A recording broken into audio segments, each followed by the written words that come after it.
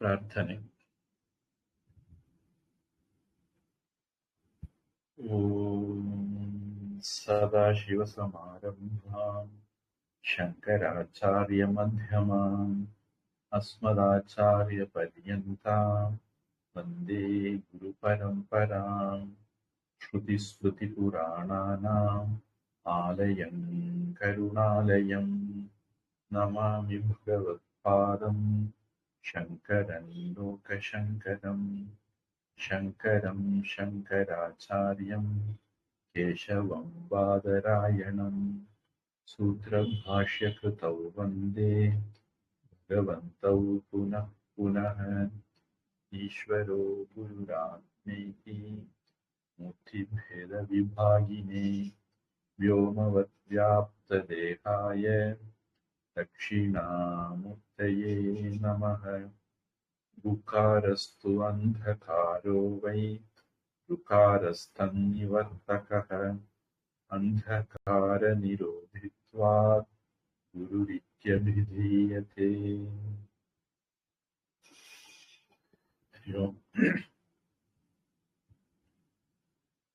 போன வகுப்புல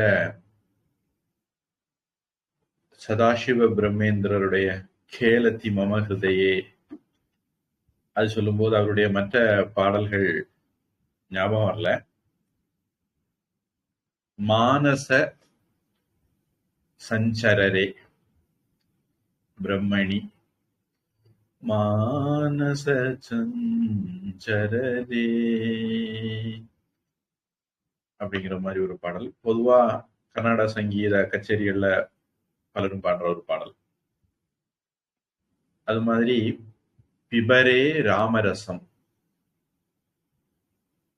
ராமரசத்தை குடியுங்கள் அப்படின்ட்டு அவருடைய பாடல். பல பாடல்களும் கன்னட சங்கீதத்துல பாடப்படுது, பிரபலமான ஒரு சில பாடல்கள்.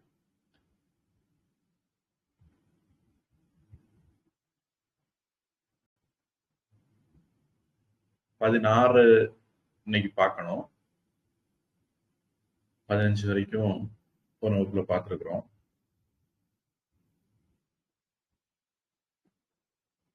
அது திக் ஹஸ்தி பிஹி அப்படின்னு தொடங்குது.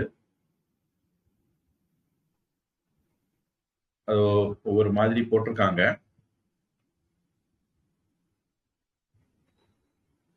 திக் ஹஸ்திபிகி சேரும்போது திக்கஸ்திபிகி அப்படின்னு 4வது காவுக்கு மாறிடும். அந்த வாணி விலாஸ்ல மட்டும் அதை சரியா போட்டிருக்காங்க. வேற ஒவ்வொருத்தரும் ஒவ்வொரு குழப்பம் பண்ணிருக்காங்க. பிரபத்தில தீயும் இக்கு ரெண்டும் 3வது போட்டிருக்காங்க குருஜி. இந்த கா 4வது போட்டிருக்காங்க. திக்கஸ்திபிஹி பியும் 4வது போட்டிருக்காங்க. கரெக்டா குருஜி? கா 4, ஹஸ்திபிகி கா 4 சரிதான். திக்குல 3 போட்டிருக்காங்க குருஜி. தீயும் 3, இக்கும் 3.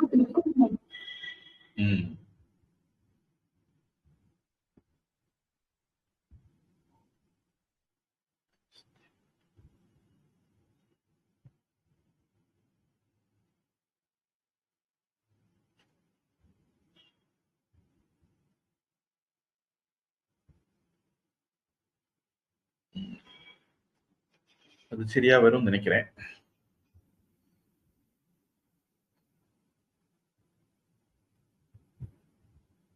இந்த 13ல தொத்வந்தனானி கேட்டீங்க. அதுல சொல்லும் போது எனக்கு அது ஸ்ட்ரைக் ஆகல. அதுல 2 இத்து இருக்குது. 2வது இத்து இது 3வது வகையா மாறும்னு நான் சொன்னேன். இத்து வா வாடுறதுனா அதை தொடர்ந்து வர்றதுனால இத்து முதல் இத்து 1, தொத்து 3வது, 2வது வரக்கூடிய இத்து 3வது. அது சரியா புரிஞ்சுக்கிட்டீங்கன்னு நினைக்கிறேன். இது குருஜி. 13ல வந்தனானி. சரியா தானே பண்ணிருக்கீங்க இல்லையா? ஆமாங்க குருஜி. வந்தனானி. 16 பிரிச்சு படிச்சா திக்கு,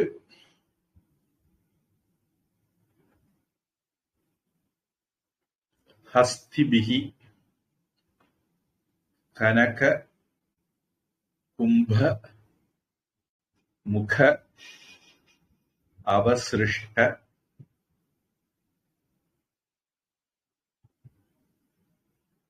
இத பார்க்கும்போது இத மூச்சு விட்டு படிக்க முடியாதபடிக்கு இருக்குதுன்னு எனக்கு படுது.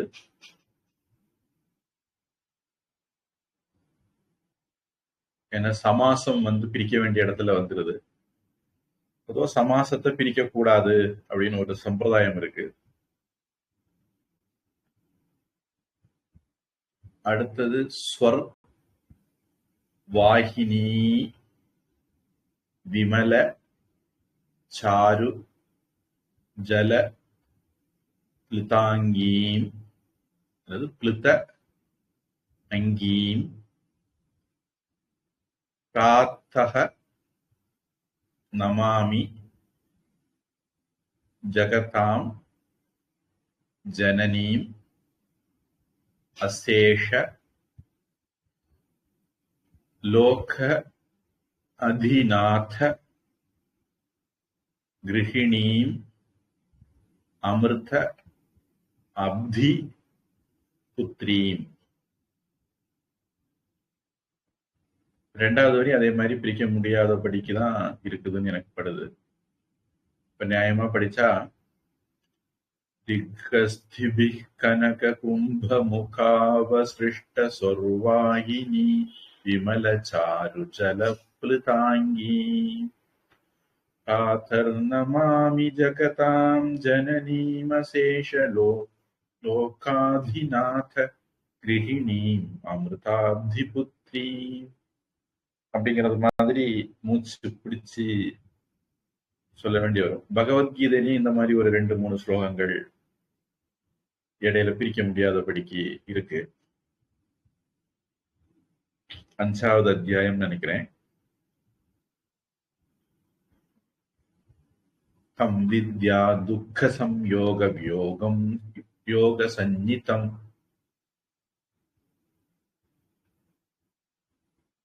அந்த துக்க சம்யோக வியோகம் நடுவுல மாட்டிக்குது. அதை இடையில பிரிக்க கூடாது. அது மாதிரி நான் சொல்ற பிரார்த்தனை ஸ்லோகங்கள்ல கூட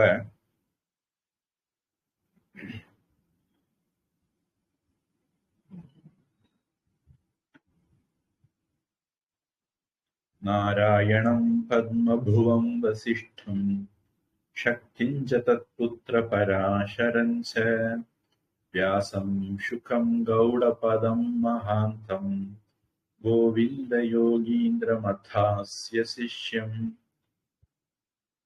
ஸ்ரீசங்கராச்சாரியமதாஸ்ய பத்மபாதஞ்ச ஹஸ்தா.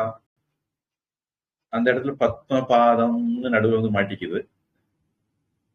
அப்ப அதை பிரிக்க கூடாது. ஸ்ரீசங்கராச்சாரியமதாஸ்ய பத்மபாதஞ்ச ஹஸ்தா மலகஞ்ச சிஷ்யம். அது வரைக்கும் மூச்சடைக்கு போயிட வேண்டியதுதான். இந்த மாதிரி ஒரு இது இந்த இடத்துலயும் வருது அப்படின்னு எனக்கு படுது. குருஜி, 5வது அத்தியாயத்துல எந்த ஸ்லோகம் சொன்னீங்க குருஜி? எது? கீதையில 5வது அத்தியாயத்துல எந்த ஸ்லோகம் சொன்னீங்க குருஜி? தம் வித்யா துக்க சம்யோக வியோகம் அப்படின்னு சொன்னேன். நம்பர் வேணுமா?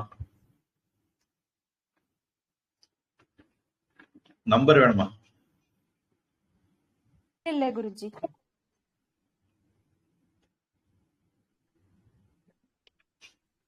மூணு ஸ்லோகம் அப்படி வரும். இல்ல டக்குன்னு இது எனக்கு ஞாபகம் வந்தது.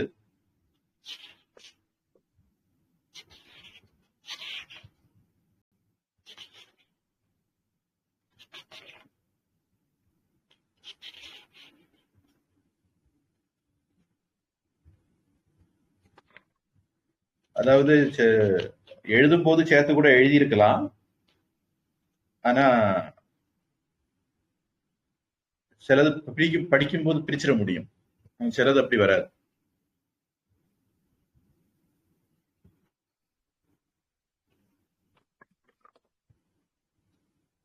உதாரணத்துக்கு 5ல வந்து 8 2வது வரி, 9 முதல் வரி, அந்த இடத்துல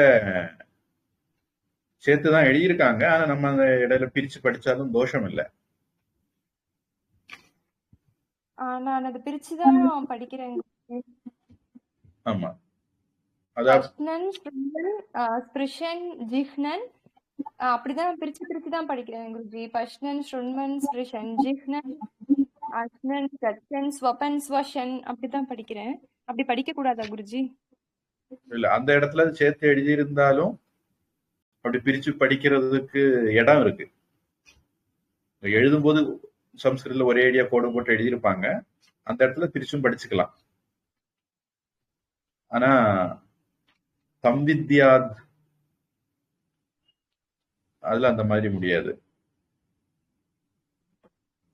சம்வித்யா எத்தனாவது ஸ்லோகம் குருஜி?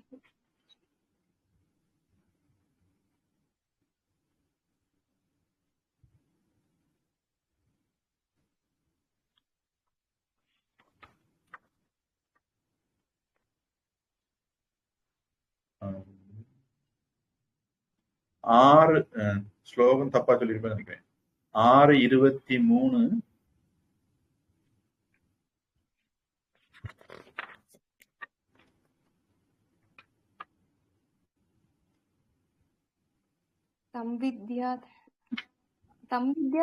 துக்க சம்யோக, அது பிரிச்சுதான் இருக்கு குருஜி.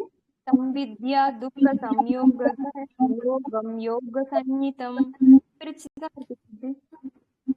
இல்ல, அது வந்து பிரிக்க கூடாத இடம். இப்படி ஒரு 3 ஸ்லோகம் உண்டு. இது எனக்கு டக்கு ஞாபகம் வந்தது. சம்யோகம்க்கு அப்புறம் கேப் விடாம வியோகம் சொல்லிடணுமா குருஜி? ஆமா, அது வந்து துக்க சம்யோக வியோகம். அது ஒரு சமாசம். துக்கத்தோடு கூடுறது துக்க சம்யோகம். அப்படி கூடுறதுல இருந்து விலகிறது வியோகம். துக்க சம்யோக வியோகம் ஒரு சமாசம். துக்கைஹி சம்யோகः துக்க சம்யோகः தேன வியோகः துக்க சம்யோக வியோகः அப்படின்னு விக்கிரகம் வரும். அப்போ அந்த ஸ்லோகம் வந்து சம்வித்யா துக்க சம்யோக வியோகம் யோக சம்ஜிதம் அப்படிங்கிற மாதிரி சொல்லணும். அது மாதிரி தியான ஸ்லோகம் நீங்க சொல்றீங்களான்னு தெரியல, நாங்க சொல்லுவோம். தியான ஸ்லோகத்திலையும் அது மாதிரி ஒரு இடம் வரும்.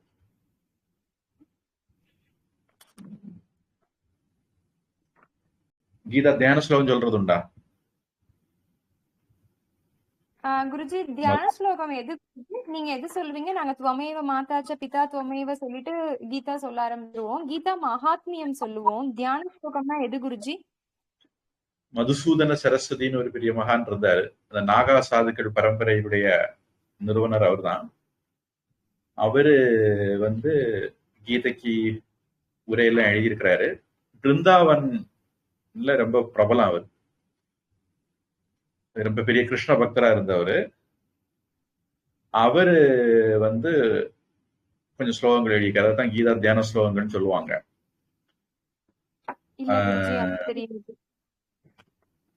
அதுல வந்து ஒரு ஸ்லோகம் அது மாதிரி வரும்.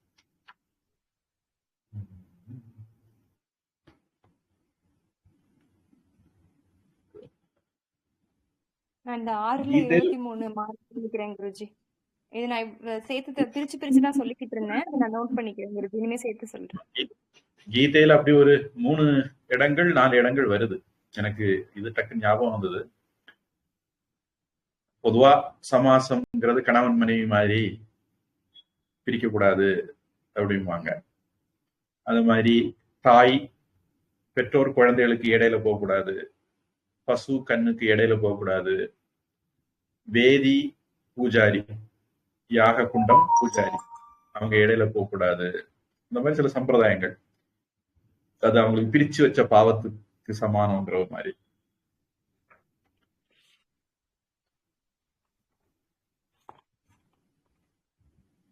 நம்ம இப்ப பிரிச்சு படிப்போம். பிறகு நீங்க பிராக்டிஸ் ஆன பிறகு அதை சொல்லிக்கிங்க. சரி குருஜி.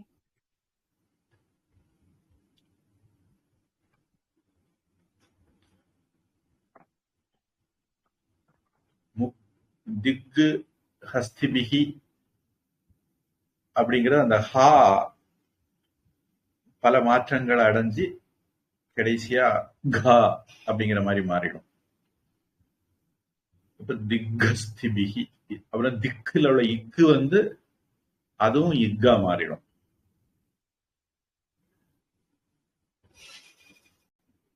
முக அவசிருஷ்ட முகாவசிருஷ்ட கேட்டீங்களா? இக்கும் 4வது இக்கா குருஜி? அந்த இதுல வாணிவிலாஸ்ல அப்படிதான் போட்டிருந்தாங்க ஞாபகம் எனக்கு. 3 கூட போதும். அது அது பார்க்கணும், எனக்கு ரெஃபர் பண்ணணும். ஆனா 1ல இருந்து 4க்கு போறது கஷ்டம், 3ல இருந்து 4க்கு போறது கஷ்டம் இல்ல. அதனால அது 3ஆ இருந்தாலும் பிரச்சனை இல்லைன்னு நினைக்கிறேன். ஒரு நேச்சுரல் பினாமினை தான் அவங்க ரூல்ஸா சொல்றது பொதுவா. நான் உறுதிப்படுத்திட்டு 4ஆ 3ஆங்கிறத சொல்றேன்.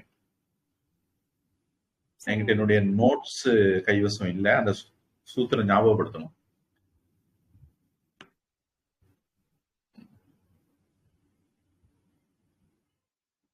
ஹோர்லி ஹோடக அப்படின்னு நினைக்கிறேன். அந்த மாதிரி ஏதோ ஒரு சூத்திரம் அது.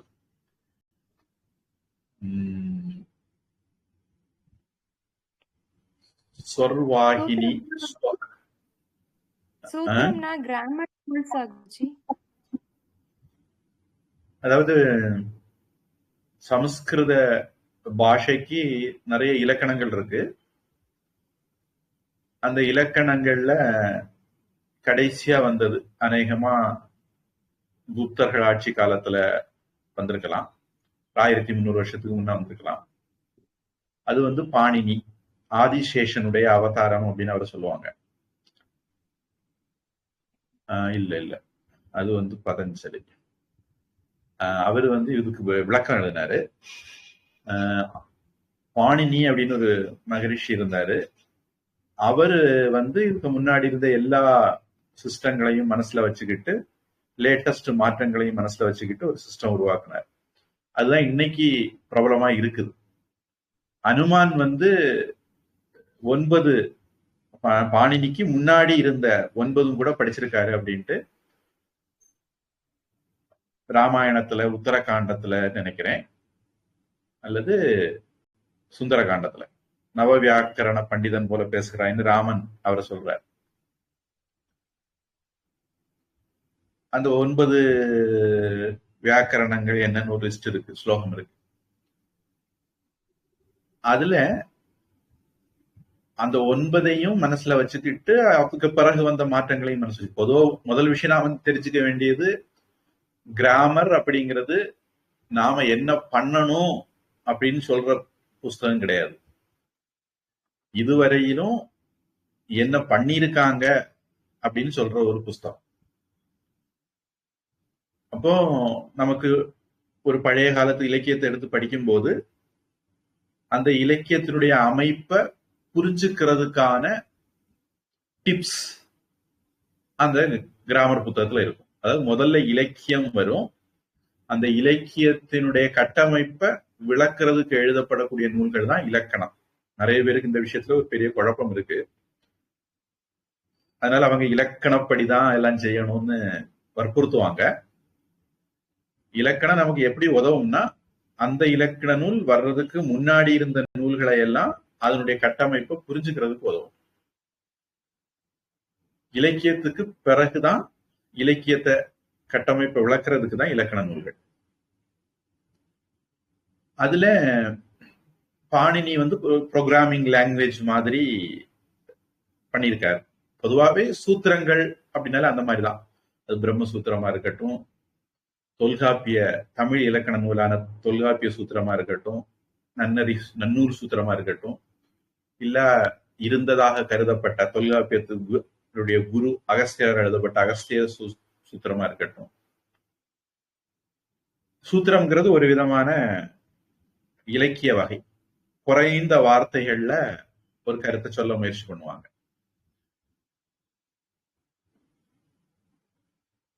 உதாரணத்துக்கு நான் சின்ன பிள்ளையில படிச்சது ஞாபகம் இருக்கிற ஒண்ணு சொல்றேன். பண்பு தொகை அப்படின்னு ஒரு இலக்கணம். ஒரு பண்பு சொல்லும் இன்னொரு சொல்லும் கூடும்போது எப்படி மாறும்? உதாரணத்துக்கு பசுமை கூட்டல் தமிழ் பைந்தமிழ் அப்படின்னு மாறும். இது எப்படி மாறுது அப்படின்னு அதுக்கு ஒரு 7 விதமான மாற்றங்கள் நடக்கலாம் அப்படின்னு ரூல். ஆதி நீடல், அடியகரம் ஐயாதல், தன்னுற்றிரட்டல், முன்னின்ற மெய்திரிதல், இனம் மிகல்,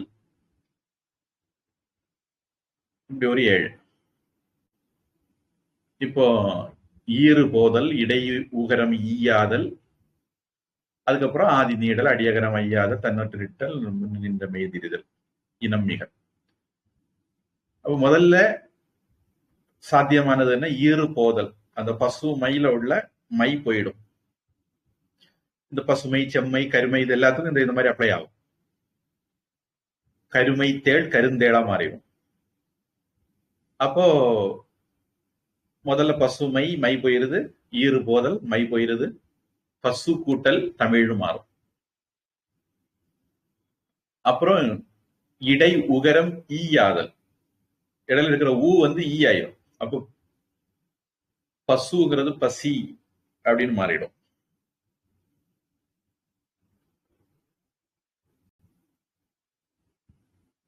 அப்புறம் அடி அகரம் ஐயாதல், பா அப்படிங்கிற அகரம் பை அப்படின்னு ஐயாட்டு மாறிடும். அப்புறம் முன்னின்ற மெய் திரிதல், அதுக்கு முன்னாடி இருக்கக்கூடிய தமிழ் இருக்கிறதுனால முதல்ல இந்த பைக்கு அடுத்தது இம்மு வரும். இனம் மிகல் அப்படிங்கிறது படி பைக்கு அடுத்தது இம்மு வரும். அப்போ பைன் தமிழ்னு ஆகும். அடுத்தது முன்னின்ற மெய்த்திரிதல் அப்படிங்கிறது படி இந்த இம்மு அடுத்தது தா வந்ததுனால இன்னா மாறிடும். இந்த மாதிரி எல்லா ப்ராசஸும் முடிஞ்சு பொருத்தமான ஆபரேஷன் எல்லாம் நடந்து பைந்தமிழா மாறும். இது மாதிரி கருமை தேள், கரு மை போயிடும். அதுக்கப்புறம் அங்க தா இருக்கு, அதனால அதுக்கு பொருத்தமான இந்த கருமைங்கிறது கரும் அப்படின்னு மாறும். அடுத்தது அந்த இனம் பொருத்தமான இன்னும் கருந்தேள்னு மாறிடும். இந்த மாதிரி ஒரு எக்ஸ்பிளனேஷன். இத மாதிரி பாணினியிலையும் படிப்படியா 2 வார்த்தைகள் சேரும்போது என்னென்ன மாற்றங்கள் நடக்கலாம். ஒரு வார்த்தை தாத்து பெயர் சொல்லாக மாறும்போது என்னென்ன மாற்றங்கள் நடக்கும், வினை சொல்லாக மாறும்போது என்னென்ன மாற்றங்கள் நடக்கும், ஒரு சொல்லுக்குள்ள என்னென்ன மாற்றங்கள், 2 எழுத்துக்கள் பக்கத்துல வந்ததுன்னா என்ன மாதிரி மாற்றங்கள் நடக்கும், 2 வார்த்தைகளா இருக்கும்போது எழுத்துக்கள் பக்கத்துல வந்தா என்னென்ன மாற்றங்கள் நடக்கும், அப்படிங்கிறது மாதிரி விளக்க முயற்சி பண்ணுவாங்க. இதுல எல்லா விஷயங்களையும் விளக்க முடியாது. உணாதி அப்படின்றாங்க, அது ஒரு எக்ஸப்ஷனல். அதுக்கு எந்த ரூல்ஸும் கிடையாது. அது மாதிரி பல இடங்கள்ல சந்தசி பகுளம்,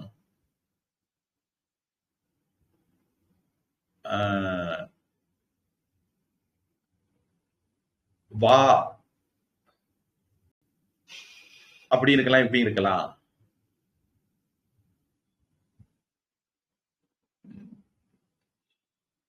பொதுவா வேதம் வந்து இந்த ரூல்ஸுக்குள்ள எல்லாம் வராது. இவ்வளவு இலக்கண நூல்கள் இருந்தாலும் வேதத்துல வரக்கூடிய மந்திரங்களை எல்லாம் நம்ம விளக்க முடியாது. அது பரம்பரை அறிவினால மட்டும்தான் விளக்க முடியும். ஒரு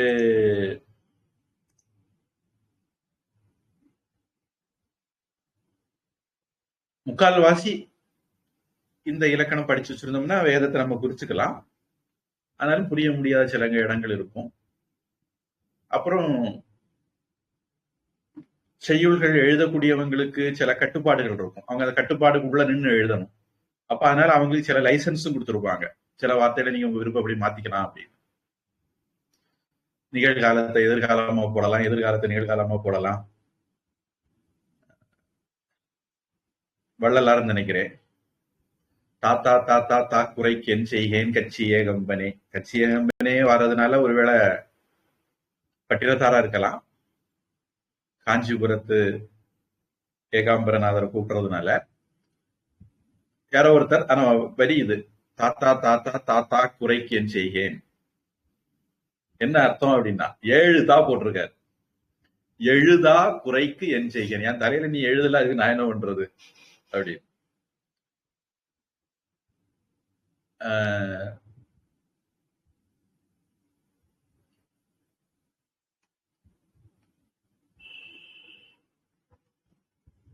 சில இடங்கள்ல தாமரைன்னு எழுதணும், செய்யுளுக்குள்ள எழுத முடியாது, மறைன்னு எழுதிடுவாங்க, தாவ விட்டுருவாங்க. இந்த மாதிரி எல்லாம் சில வேலைகள் பண்ணுவாங்க. இப்ப கீதை மாதிரி இடங்கள் எல்லாம் சில இடங்கள்ல சா ததா இந்த மாதிரி எல்லாம் சில வார்த்தைகள் போட்டிருப்பாங்க. அதெல்லாம் அந்த செய்யுள் இலக்கணத்துக்கு உட்படுத்துறதுக்காக வேண்டி பண்ணியிருப்பாங்க. இந்த மாதிரி கவிஞர்களுக்கு, ரிஷிகளுக்கு விதிவிலக்குகள். அவங்களெல்லாம் இந்த ரூல்ஸை கொண்டு ஏன் இப்படி எழுதலைன்னு கேட்கக்கூடாது. சாமானிய ஜனங்களுக்கு முடிஞ்ச வரைக்கும் இந்த விதிகளை பின்பற்றுங்க அப்படிங்கறதுதான் சட்டம். இப்ப கம்பர் வந்து ராமாயணம் எழுதும் போது நரசிம்ம அவதாரம் வந்த போது துளி தெரித்ததுன்னு எழுதணும், அவரு துமி தெரித்ததுன்னு எழுதிட்டாரு. உடனே ஒட்டக்கூதர் பிடிச்சுக்கிட்டார். ஏன்னா ஒட்டக்கூதர் அவருக்கு காம்பட்டிட்டர். என்ன ஸ்பாரிங் பார்ட்னர். 2 பேரும் எழுத சொன்னாங்க. இவரு கம்பரை எழுதாம நேரம் போய்கிட்டு இருந்தாரு. சும்மா அப்பப்பா ஏதாவது அவுத்து விடுவாரு. இவ்வளவு எழுதிட்டேன், அவ்வளவு முடிச்சுட்டேன் கதை அடிப்பாரு. இவர் எழுதாமலே கதை அடிக்காருன்னு அவருக்கு தெரியும். அதனால எப்பவுமே 2 பேருக்கும் உரசிட்டு இருக்கும். அப்ப கடைசியில ஒரு கட்டத்துல எழுதி முடிச்சு கொடுத்தார். எவ்வளவு நாள் ஏமாற்ற முடியும்? சிலரை பல நாள் ஏமாற்றலாம், பலரை சில நாள் ஏமாற்றலாம், எல்லாரையும் எப்பவும் ஏமாற்ற முடியாது. கடைசியில எழுதி கொடுத்துட்டாரு. கொடுத்தா அந்த புத்தகத்துல அது சூத்த இது நொல்லன்னு சொல்றதுக்கு நிறைய பேர் கிளம்பி வந்தாங்க. ஏன்னா அவங்களுக்கு கிடைக்காத வாய்ப்பு அவருக்கு கிடைச்சிட்டது. ராமருடைய வாழ்க்கையை எழுதுறதுனால அவரு ஒரு சிரஞ்சீவியாக போறாரு. அழியாத புகழை ராமர் வாழ்ற காலம் வரைக்கும் அவரும் வாழ போறாரு. அப்படி ஒரு நிலை அவருக்கு கிடைச்சிட்டது. அதனால அது ஏதாவது சூத்தன் உள்ள கண்டுபிடிக்கணும்னு சொல்லிட்டு பல முயற்சி பண்ணாங்க. திருக்குறளுக்கும் அந்த மாதிரி நடந்தது சொல்லுவாங்க. கடைசியில குளத்துல, மதுரை தெப்ப குளத்துல போட்டு அந்த தெப்ப குளமே சங்க பலகையில அதை ஏந்திட்டு வந்தது. அப்புறம் தான் ஒத்துக்கிட்டாங்கன்னு சொல்லுவாங்க. இந்த காலத்தை மாதிரி இஷ்டத்துக்கு டிக்டாக் வீடியோ, ஷார்ட்ஸ், அப்புறம் வேற என்னது ரீல்ஸ் அப்படிலாம் அந்த காலத்துல போட முடியாது. அந்த காலத்துல ரொம்ப ஒரு ரிகரஸ் சென்சார்ஷிப் இருந்தது. எழுத தெரிஞ்சவன் எல்லாம் எழுத்தாளன் ஆயிட முடியாது. வெள்ளிமலை மதுரான் சாமி சொல்லுவார், காக்கா காக்கா நீயும் பாடு, கழுத குட்டி நீயும் பாடு அப்படின்னு பாடுனா அவன் ஒரு எழுத்தாளன் அப்படிங்கிற மாதிரி இந்த காலம் ஆகி போச்சுது. அந்த காலத்துல அப்படி ஆக முடியாது. அசாதாரணமான திறமை உள்ளவர்கள் தான் கவிஞனாக முடியும், பரிசு பெற முடியும். உங்க திருவிளையாடல நக்கீரன் கிட்ட சிவபெருமானே படாத பாடுபட்டாருங்கிறத பாக்குறோம். அந்த மாதிரி ஒரு ஸ்க்ரூட்டினி வரும். அது ஒரு சில சமயங்கள அளவு கடந்தும் போயிடும். அப்படி கம்பருக்கும் போயிட்டது. அப்ப இந்த துமி அப்படிங்கிற இது தப்பு. உலகத்துல ஒரு பயனும் துமின்னு சொல்லுறது கிடையாது, நீ எப்படி எழுதலாம், இல்ல அப்படி இருக்கு அப்படின்னு அவரு சொல்லிட்டாரு. அப்புறம் சரஸ்வதி கிட்ட போய் பிரார்த்தனை பண்ணாரு, இப்படி என்ன கொடைகிறாங்க, நீதான் காப்பாத்தணும் அப்படின்னு. அப்போ அது எங்க இருக்கு பாப்போம்னு சொல்லிட்டு கிராமமா தேடி போறாங்க. ஒரு வீட்டுல சரஸ்வதி தயிர் கடையக்கூடிய பாட்டியா வந்து உட்கார்ந்து தயிர் கடைஞ்சிட்டு இருந்தான்னு, சுத்தி பேர பிள்ளையெல்லாம் உட்கார்ந்து நெய் திரண்டு வரத பார்த்துட்டு இருந்தாங்கன்னு, வெண்ணெய் திரண்டு வரத பார்த்துட்டு இருந்தாங்கன்னு.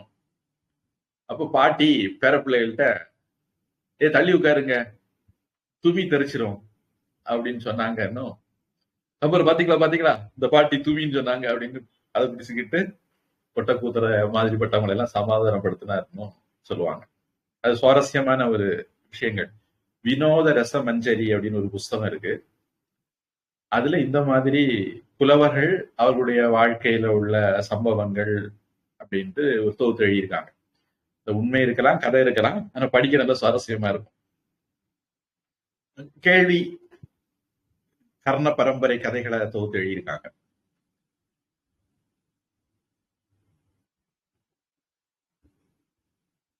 இந்த மாதிரி ஜனங்கள் ஒரு விஷயத்த தப்பா சொன்னா, எல்லா ஜனங்களும் அப்படி சொல்லிட்டு இருக்காங்கன்னா அதுக்கு விளக்கம் கொடுக்க வேண்டியதை இலக்கண ஆசிரியர்களுக்கு பொறுப்பு.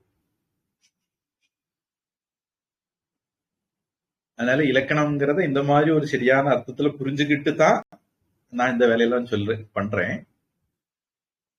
ஆனா பல பேருக்கு இந்த மாதிரி ஒரு தெளிவு கிடையாது அப்படிங்கறத அனுபவத்துல பார்த்திருக்கிறேன்.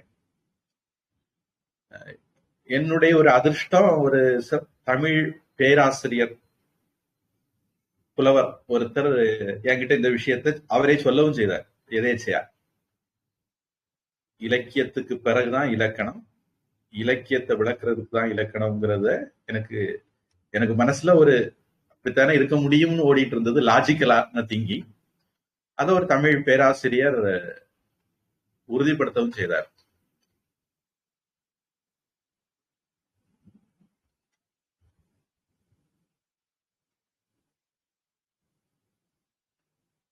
அதனால பாணினி அப்படிங்கிறவரு ஒரு தாத்து பாட்டம்னு ஒண்ணு பண்ணியிருக்காரு.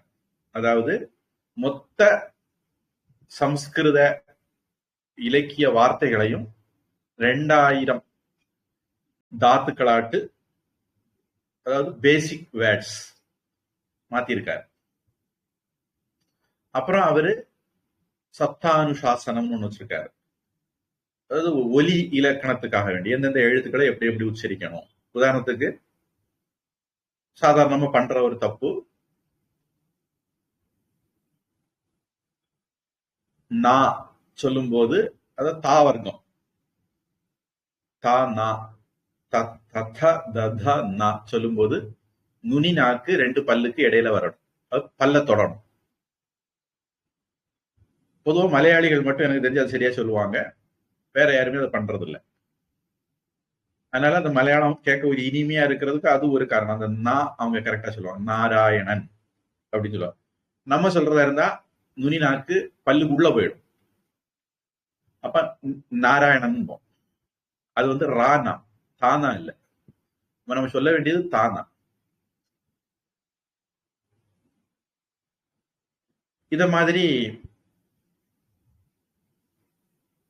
ஹிந்திக்காரங்க பண்ற ஒரு இது என்னன்னா, பா பா சொல்லணும். பா வர்க்கம் முழுக்கமே உதடு ஒட்டி சொல்ல வேண்டியது. அவங்க என்ன பண்ணுவாங்க, பா ஆங்கிலத்துல எஃப்ஏ மாதிரி சொல்லுவாங்க. ஆங்கிலத்துல எஃப்ஏலயே பிரச்சனை இருக்கு, அது வேற கதை. அதனால நமக்கு உதாரணத்துக்கு நமக்கு படிச்சு வந்தது அப்படி இருக்கனால அதை சொல்றேன். அதாவது கீழ் உதடும் மேல் பல்லும் ஒட்டுறது மாதிரி சொல்லுவாங்க பா. ஆனா பாணினி சப்தானுசாசனப்படி அப்படி இல்லை, உதடு உதடு தான் ஒட்டணும். அப்போ பாதம் ரெண்டு உதடும் ஒட்டி சொல்ல வேண்டிய வார்த்தை. வாதான் அதுக்கு என்ன அப்படின்னா உபூபத்மானியா ஓஷ்டியாக, உ பாவர்க்கம் உபத்மானிய சப்தம், இது எல்லாமே உதடால சொல்ல வேண்டியது.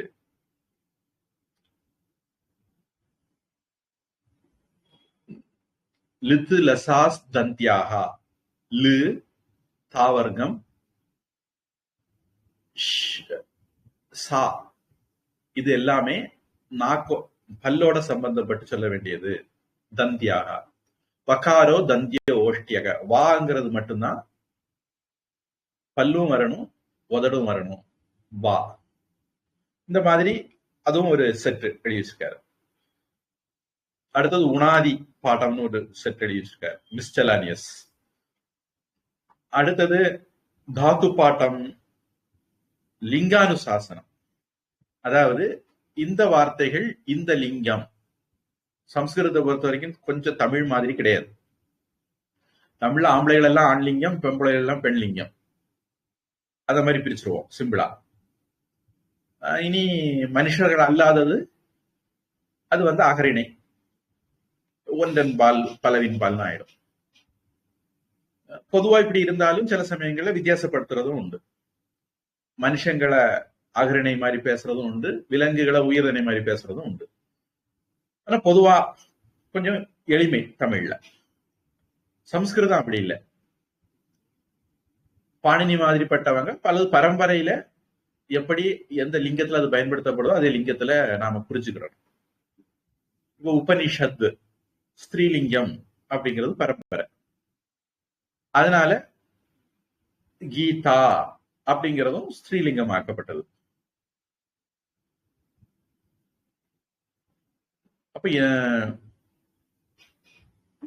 ஒரு எழுத்து அல்லது ஒரு வார்த்தைய வச்சு அல்லது அது அதனுடைய பொருள் என்னங்கிறத வச்சு லிங்கம் முடிவு பண்ணப்படுறது இல்லை. பரம்பரையில அது எப்படி முடிவு பண்ணப்பட்டிருக்கிறதோ அப்படி. இப்படி அவர் ஒரு 5 இலக்கணத்துக்குன்னு 5 புத்தகங்கள் எழுதி பங்களிப்பு கொடுத்திருக்கிறாரு அப்படின்னு எனக்கு ஞாபகம். அதுல ஒண்ணு சூத்திர பாட்டம் அப்படிங்கிறது. அது 8 அத்தியாயமா அவர் பிரிச்சு எழுதியிருக்கிறதுனால அதுக்கு அஷ்டாத்தியாயி அப்படின்னு பேர். அதுல அவரு ரொம்ப சிஸ்டமேட்டிக்கா அத பண்ணியிருக்காரு. அந்த அஷ்டாத்தியாய புரிஞ்சுக்கிறதுக்கு மாகேஸ்வராணி சூத்ராணி அப்படின்னு ஒண்ணு எழுதியிருக்காரு. அஷ்டாத்தியாயில அவரு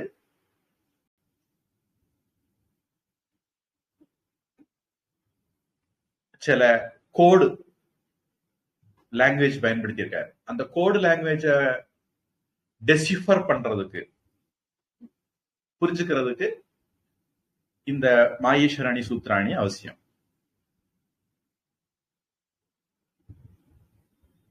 ஒரு உதாரணத்துக்கு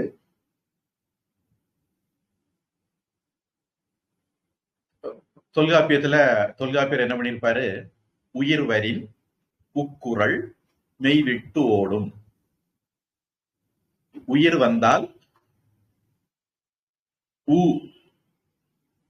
அப்படிங்கிற உக்குரல் மெய் விட்டு ஓடும். அது சேர்ந்திருக்கக்கூடிய மெய் எழுத்தை விட்டுட்டு போயிடும். தோராயமான அர்த்தம். உயிர் வரின் உக்குரல் மெய் விட்டு ஓடும். இங்க உயிர் வரின்னா உயிரெழுத்துக்கள் வந்தால் அப்படின்னு அர்த்தம். உக்குரல்னா குற்றியல் உகரம் அப்படின்னு அர்த்தம். எல்லா ஊவும் இல்ல, குற்றியல் உகரமாக வரக்கூடிய ஊ. இந்த இடத்துல குற்றியல் உகரம் வந்து சமஸ்கிருதத்துல கிடையாது. அதனால நாம சமஸ்கிருதத்துல எங்கேயுமே பசு காசு அப்படின்னு இழுக்க கூடாது. பசு காசு அப்படின்னு கரெக்டா உதட குவிச்சு சொல்லணும். ஏன்னா சம்ஸ்கிருத இலக்கணப்படி குற்றியல் உகரம் குற்றியல் இகரம்ங்கிறது கிடையாது. அதனால உ ஈ எங்கேயுமே தேயாது. ஒரு மாத்திரை தேஞ்சு அரை மாத்திரை ஆகாது. ரு லு மாதிரி இடங்கள் சம்ஸ்கிருதத்துல விதிவிலக்கு. அது குற்றியல் உரம் குற்றியலுகிற மாதிரி. மற்றபடி சம்ஸ்கிருதத்துல கிடையாது. அப்ப சகனாவது உதடு குவியணும். சகனாவது அப்படின்னு உதடு விரியக்கூடாது. பொதுவாக தமிழ்காரங்களுக்கு அது இந்த தப்பு வர்றதுக்கு வாய்ப்பு அதிகம், அதனால சொன்னேன். அப்போ மெய் விட்டு ஓடும்னா மெய் எழுத்துக்களை விட்டு போயிடும். குற்றியலுகர மெய் எழுத்துல அந்த ஊ விட்டு போயிடும் அப்படிங்கறத அது சூத்திரத்துக்கு அர்த்தம். இது தொல்காப்பியருடைய ஸ்டைல். உயிர்னு சொன்னா உயிர் எழுத்துக்கள், மெய்ன்னு சொன்னா மெய் எழுத்துக்கள். அவர் இந்த மாதிரி வச்சிருக்கிறார். பாணினி என்ன பண்ணியிருப்பார் அப்படின்னா மாயுஷ்ராணி சூத்திராணி ஸ்டைல்ல பண்ணுவார். உதாரணத்துக்கு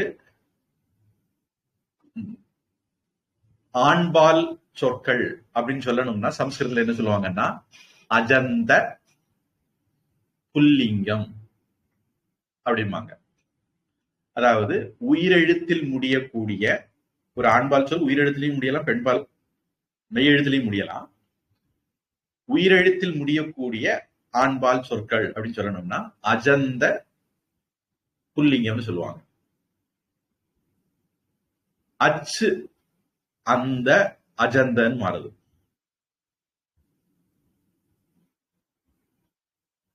அச்சுன்னா என்னது?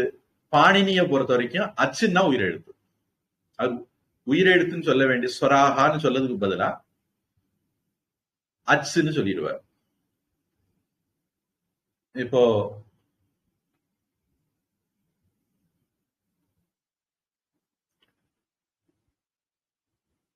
அவருடைய இலக்கணம் தொடங்குறதே விருத்திராதை அதே குணக இப்படிதான் தொடங்குவார். அதாவது இனிமேல் நான் என்னென்ன பயன்படுத்த போறேன்னு லிஸ்ட் போடுவார். பரிபாஷான்னு அதுக்கு பேரு. இந்த எழுத்துக்கள் எல்லாம் விருத்தி எழுத்துக்கள், இந்த எழுத்துக்கள் எல்லாம் குண எழுத்துக்கள் அப்படின்னு சொல்றாரு. எந்த எழுத்துக்கள் எல்லாம்ங்கிறதுக்கு விளக்கம் அந்த புத்தகத்துல இனி வராது. அது அந்த புத்தகத்துக்கு வெளியே ஒரு இடத்துல அதை எழுதி வச்சிருக்காரு. அதுக்குதான் மாகேஸ்வராணி சூத்திராணின்னு பேர். இந்த மாகேஸ்வராணி சூத்திராணி எப்படி வந்ததுன்னு கருதப்படுதுன்னா சிவபெருமான் தன்னுடைய உடுக்கைய ஒலிச்சாராம். மனோன்மணியும் சுந்தரனார் தமிழ்த்தாய் வாழ்த்து எழுதியிருக்கிற அந்த பகுதியில இந்த கதைய குறிப்பிடுறாரு. மனோன்மணியும் சுந்தரனார் யூனிவர்சிட்டியில இந்த பாடம் இருக்குன்னு, பொருணை தமிழ்ங்கிற பேர்ல இந்த பாடம் இருக்குதுன்னு நினைக்கிறேன், பாட்டும் இருக்குதுன்னு நினைக்கிறேன்.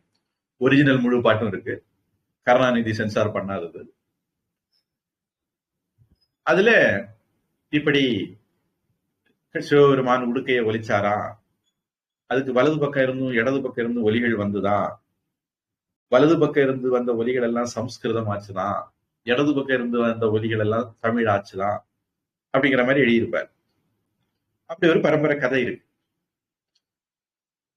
தமிழும் சம்ஸ்கிருதமும் ஒரே நேரத்துல பிறந்தவை, இரட்ட பிள்ளைகள், ஒட்டி பிறந்த இரட்ட பிள்ளைகள். ரெண்டுமே பகவான்கிட்ட இருந்து, சிவபெருமான்கிட்ட இருந்து வந்தது.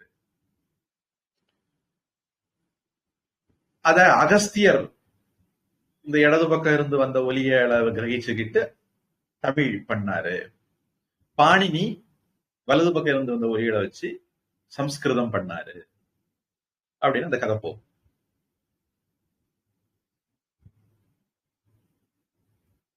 நாங்க சனாதனிகள் கதை அடிக்கிறதுலையும் கதை கட்டுறதுலையும் பெரிய கில்லாடிகள். அதுல அந்த பாணினிக்கு அந்த சப்தம் எப்படி கேட்டிருக்கு, குடுகுடுப்பகாரம் சத்தம், அந்த அவருடைய என்ன சொல்லுவாங்க டமரு, அந்த குடுகுடுப்பையில இருந்து வந்த சத்தம், டமருல இருந்த சப்தத்தை பாணினிக்கு காதுல எப்படி விழுந்துதான், அவரு குடுகுடு குடுகுடு குடுகுடு டுடு அப்படி அடிச்சாரு. ஆனா இவருக்கு காதுல அது எப்படி விழுந்துதான், ஐயூன்னு ரிலுக்கு ஏவோங்கு அயவுச்சு ஹயவரட்டு வேணு ஞமங்க ஞமங்கணனம் ஜபன்னு கடதஷ் ஜப கடதஷ் கப்ப சட்டத்த சட்டத்தோ கப்பை சஷசரு ஹலு இப்படி கேட்டுதான். இப்படி ஒரு 14 வெரைட்டியா கேட்டுதான், 14 குரூப் ஆட்டு. அது ஒரு எக்ஸம்பிளரி, எக்ஸ்ட்ராடினரி ஒரு குரூப்பிங் ஆகும் இந்த இது. அதுக்கு பின்னாடி நிறைய நுணுக்கங்கள் இருக்கு. ஒரு உதாரணத்துக்கு ஆ இ உ அது ஒரு செட், ரு லு அது ஒரு செட். இதெல்லாம் கிட்டத்தட்ட ஒரே மாதிரி பிஹேவ் பண்ணும். அடுத்தது ஏ ஓ அது ஒரு செட், ஐ ஔ அது ஒரு செட். இந்த இதுல பாத்தீங்கன்னா ஆல ஆரம்பிச்சு ஐ உன்னு, ரிலுக்கு, ஏ ஓன்னு, ஐ அவுட்ஸ் அப்படின்னு முடிச்சிருப்பாரு. அந்த இச்சுன்னு முடிச்சாரு இல்லையா, அந்த ஆல இருந்து இச்சு வரைக்கும் உள்ள எழுத்துக்களை நான் குறிப்பிடுறேன். அப்படி குறிப்பிட வேண்டி வந்தா அவர் என்ன பண்ணுவாருன்னா அச்சி அப்படின்றார்.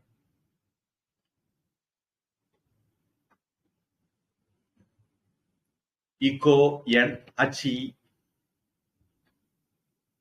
இக்கஹ ஸ்தானே எண் ஆதேசக பவதி அச்சி பரதக. அதாவது இக்கு எழுத்துக்கள் வரும்போது எண் எழுத்துக்கள் அதை இடம் மாற்றிவிடும், பதிலீடு பண்ணும். எப்போ அச்சி வந்தால், அதாவது பொதுவா உயிரெழுத்துக்கள் வந்தால் இக்குன்னு வரக்கூடிய எழுத்துக்கள், இக்குன்னா எது, ஆவ விட்டுக்கிட்டு ஐ உன்னு லுக்கு அந்த இக்கு வரைக்கும் வரணும். அப்போ இ உ ரு லு இந்த 4 எழுத்துக்கள் அர்த்தம். எண்ணு ஹய வரட்டு லனு, அதுல ஹாவ விட்டுக்கிட்டு யாவாரா லா இந்த எழுத்துக்கள் ரீப்ளேஸ் பண்ணும் உயிரெழுத்து வந்தா. இப்போ தமிழ்ல நான் அதுக்கு ஒரு உதாரணம் சொல்றேன். அகர முதல எழுத்தெல்லாம், முதல ஆ, அடுத்தது ஏ வருது. தமிழில் அதை சேர்த்து எழுதும் போது என்ன ஆயிரும்னா அகர முதல வெழுத்தெல்லாம்னு மாறிடும். தமிழ்ல இதுக்கு ரூல்ஸ் வந்து உடம்படுமை அப்படின்னு சொல்லுவாங்க. கோ இல் சேரும்போது தமிழ்ல 2 விதமா சேரலாம், கோவில் அல்லது கோயில் 2 விதமா சேரலாம். 2 விதமா மக்கள் பயன்படுத்துறாங்க. அதுக்கு இலக்கணக்காரங்க 2ஐயும் ஒத்துக்கிட்டாங்க. அவங்க நீ இப்படிதான் போடணும் இப்படிதான் போடணும் சண்டைக்கு வரல. இந்த மாதிரி சம்ஸ்கிருதத்திலையும் மாற்றங்கள் வரும். வரும்போது பாணினி இப்படி எழுதிடுவார். அப்ப உங்களுக்கு மாகேஸ்வராணி சூத்திராணி தெரிஞ்சாதான் இக்கஹ எண் அச்சி அப்படின்னு சொல்லும் போது அதுல அதனுடைய விபக்திக்கு, வேற்றுமைக்கு, கேஸுக்கு கூட முக்கியத்துவம் உண்டு. இக்கஹ 6th கேஸ், அப்ப அதுதான் ரீப்ளேஸ் ஆக போகுது. எண் 1st கேஸ், அப்ப அதுதான் ரீப்ளேஸ் பண்ணுது. அச்சி 7th கேஸ், அதுதான் வருமொழி, ஃபாலோயிங், இது ப்ரீசீடிங். இப்படியெல்லாம் விபக்தியில கூட ஒரு க்ளூ வச்சிருக்காரு. நம்ம ஏற்கனவே பார்த்திருக்கிறோம். நதி, பிருஹி இப்படி ஈல முடிஞ்சதுன்னா அது நந்து, பிரம்ம அப்படிங்கிற மாதிரி மாறும் அப்படின்னு. அத மாதிரி ஏற்ற இறக்கத்துல கூட உபதேசே அச்சு அனுநாசிக்க எது இல்ல, உபதேசே அச்சு அனுநாசிக்க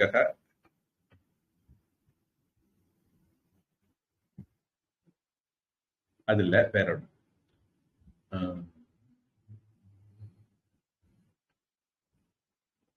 சொரித்த இத்தக இத்து, அதாவது ஸ்வரம் இருக்கு. பாணினி கிராமரை நீங்க சும்மா கதவுக்கு மாதிரி படிக்க முடியாது. அது படிக்கிறதுக்குன்னு ஒரு ஸ்டைல் இருக்கு. எனக்கு தெரிஞ்சு அத இன்னும் ஆரிய சமாஜ், அஜ்மீர் அல்லது ஆரிய சமாஜுடைய கிளைகள், பாபா ராம்தேவ் ஆரிய சமாஜி, அவரு அவங்க குழந்தைகளுக்கு சொல்லி கொடுக்குறாரு. பாணினி சூத்திரம் அத்தனையும் மனப்பாடம் பண்ணணும். 4000 சூத்திரம் என்ன உண்டு நினைக்கிறேன், அத்தனையும் மனப்பாடம் பண்ணணும்.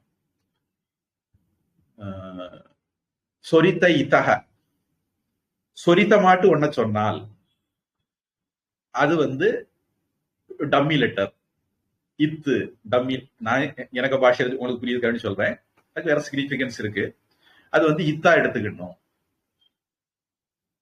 அப்போ ஸ்வரத்தை அவர் ஒரு டிப்ஸ் மாதிரி ஒரு டெக்னிக்கலா பயன்படுத்தியிருக்காரு. உயிர் எழுத்து மெய் எழுத்து வந்தா அதை பயன்படுத்தியிருக்காரு. மூக்கால சொன்னா அதை பயன்படுத்தியிருக்காரு. உபதேசே அச்ச அனுநாசிக்க அதுவும் இத்துதான். மூக்கால உயிர் எழுத்த சொன்னா அதுவும் இத்து அப்படின்னு வச்சிருக்கிறாரு.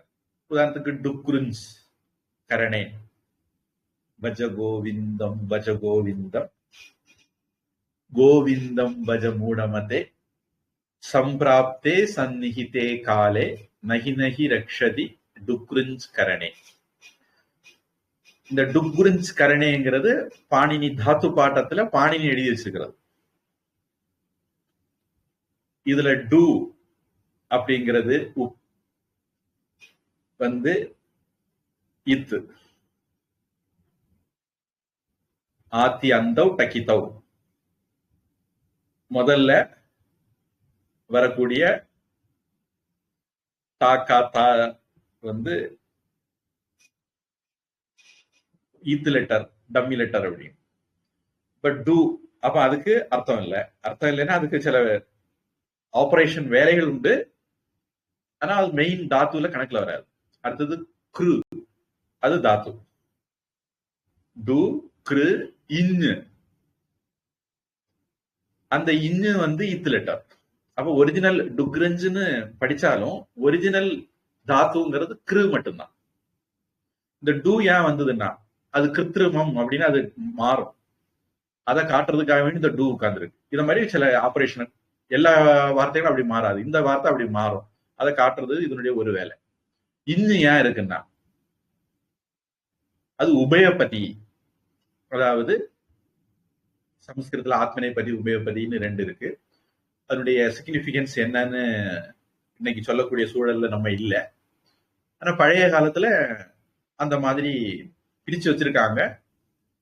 நானே ஒரு காரியத்தை செய்தா குருத்தே குருத்தே கங்கா சாகர கமனம். இன்னொருத்தர் எனக்காக வேண்டி பண்ணார்னா கரோதி மாதா பாச்சகம் கரோதி, அம்மா சமையல் பண்றாங்க.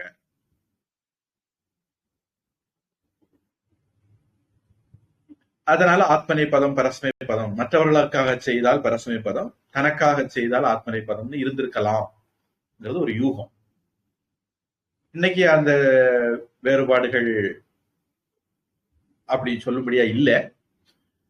இதுல இந்த கிரு இன்னு வந்து இது ஆத்மனை பதியாகவும் பயன்படுத்தப்படும், பரஸ்மை பதியாகவும் பயன்படுத்தப்படும் அப்படிங்கிற மாதிரி சொல்லி. இப்ப வெர்புல இங்கிலீஷ்ல எடுத்துக்கிட்டீங்கன்னா டிரான்சிட்டிவ் வெர்பு, இன்ட்ரான்சிட்டிவ் வெர்பும்பாங்க. டிரான்சிட்டிவ் வெர்புனா ஆப்ஜெக்ட் எடுக்கும், இன்ட்ரான்சிட்டிவ் வெர்புனா ஆப்ஜெக்ட் எடுக்காது. சில வெர்பு ரெண்டு விதமாவும் வேலை செய்யும். அந்த மாதிரியான ஒரு இது. இந்த மாதிரி பாணினி நிறைய கிருத்திருமம் பண்ணியிருக்காரு. இந்த மாதிரி கிருத்திருமங்கள் எல்லாம் அடங்கின ஒரு கலெக்ஷன் தான் 4000 சூத்திரங்கள் உள்ள பாணினி அஷ்டாத்தியாயி. அதுக்கு சூத்திர பாட்டம்னு பேரு.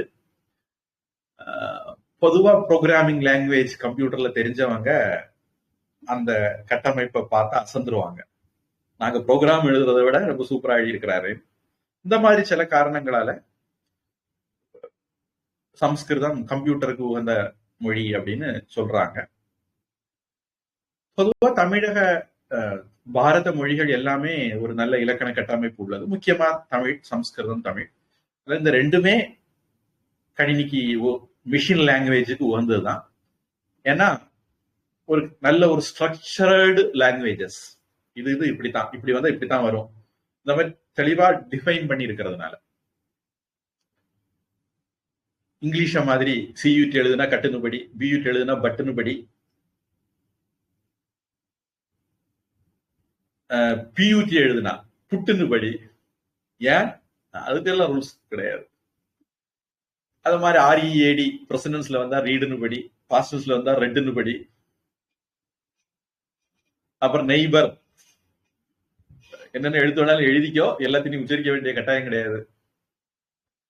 இப்படி காம்ப்ளிகேஷன்ஸ் நிறைய ஆங்கிலம். ஆனா அந்த ஆங்கிலம் தான் இன்னைக்கு கம்ப்யூட்டர்ல பேசிக் லாங்குவேஜா இருக்கு, சக்க போர்டு போட்டுட்டு இருக்குங்கிறத நம்ம மறந்துடக்கூடாது. ஆக முதல்ல மிஷினுக்கு எந்த பாஷையும் ஒண்ணுதான். ஆனா சம்ஸ்கிருதம் இப்படி ரொம்ப தமிழெல்லாம் ரொம்ப ஸ்ட்ரக்சர்டா இருக்கிறதுனால தமிழர்கள் எல்லாம் தமிழ் கணினிக்கு வந்ததுன்னு தம்பாடிப்பாங்க. சம்ஸ்கிருதக்காரங்க சம்ஸ்கிருதம் கணினிக்கு வந்ததுன்னு நம்பாடிப்பாங்க. பொதுவாக ப்ரோக்ராமிங்க்கு ரொம்ப ஈஸி. இனி ஏஐ எல்லாம் வந்து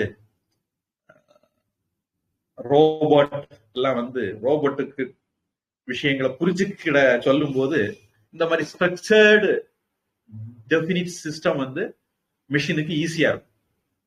மிஷினால யோசிக்க முடியாது. அப்ப ரொம்ப ஸ்ட்ரக்சர்டா இருந்தா யோசிக்க வேண்டாம். 1 1 2 4 4 8 அப்படின்றது தான் மெஷினுக்கு ஈஸி. 1 1 சில சமயம் 2, சில சமயம் 4, சில சமயம் 100 அப்படின்னு எல்லாம் இருந்ததுன்னா மிஷின் கன்ஃபியூஸ் ஆயிடும், ஹேங் ஆயிடும். அந்த மாதிரி பிரச்சனைகள் இதுகளை குறைவுங்கிறதுனால கணினிக்கு இவைகள் உகந்ததுன்னு சொல்றதுல ஒரு அர்த்தம் இருக்கு. ஆனா சம்ஸ்கிருதக்காரங்க சம்ஸ்கிருதம் தான் உயர்ந்ததுன்னு சொல்றதுலயோ, தமிழர்கள் தமிழ் தான் உயர்ந்ததுன்னு சொல்றதுலயோ அர்த்தம் இல்லை. அது பாரதியார் சொன்னது மாதிரி, ஒரு பாரதியார் சொன்ன மாதிரி இல்ல, தமிழை தவிர ஒண்ணும் தெரியாது குண்டு சட்டிக்குள்ள குதிரை ஓட்டக்கூடியவங்க, அல்லது சமஸ்கிருதம் தவிர ஒண்ணும் தெரியாம குண்டு சட்டிக்குள்ள குதிரை ஓட்டுறவங்க எங்க பாஷை தான் பெருசுன்னு மீசியை முறுக்கி விட்டுக்கலாம் இருந்தா. அது பெரிய அர்த்தம் இல்லைன்னு நினைக்கிறேன்.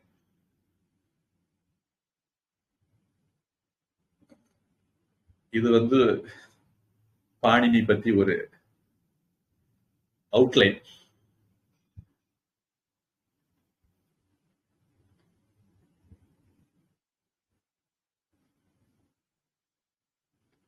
இந்த இடத்துல பாணினியை கழட்டி விட்டுலாம் நினைக்கிறேன். ஸ்லோகத்துக்கு வருவோம்.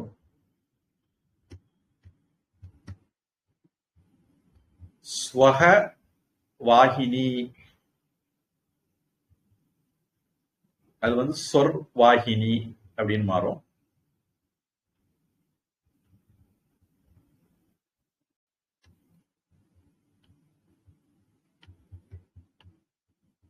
இது சில இடங்கள், இதுக்கு முன்னாடி ஏதோ ஒரு வார்த்தை பார்த்தோம், இனி அடுத்தது ஒரு வார்த்தை பார்க்க போறோம். பிராத்தர் நமாமி, பிராத்தக நமாமி, பிராத்தர் நமாமி. இந்த இடங்களை நம்ம சாதாரணமா சொல்லக்கூடிய அக விசர்க்கம் ரூல்ஸ் வேலை செய்யாது.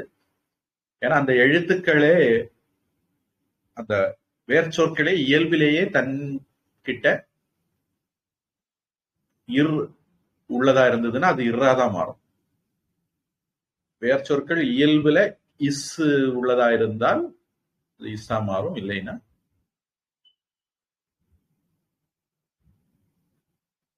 இசு கூட இர்ரா மாறி அப்புறம் பல மாற்றங்கள் எல்லாம் அடையும். சஜிஷோகோ முதல் மாற்றம் இருதான். அப்படி இயல்பிலேயே இரு இருந்ததுன்னா அது இருன்னு தான் மாறும், வேற விதமா மாறும். இந்த சொர்வாகினி, பிராத்தர் நமாமி அப்படிப்பட்ட இடங்கள். புனர் அப்படிங்கிற இடம்,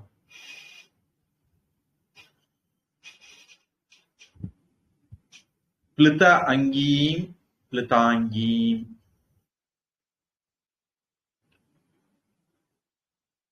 பிராத்தக நமாமி, பிராத்தர் நமாமி, ஜனனீம் அசேஷ, ஜனனீம் அசேஷ, லோக அதிநாத்த, லோக அதிநாத, லோகாதிநாத, கிருஹிணீம் அமிர்த, கிருஹிணீம் அமிர்த, அமிர்த அப்தி, அமிர்தாப்தி,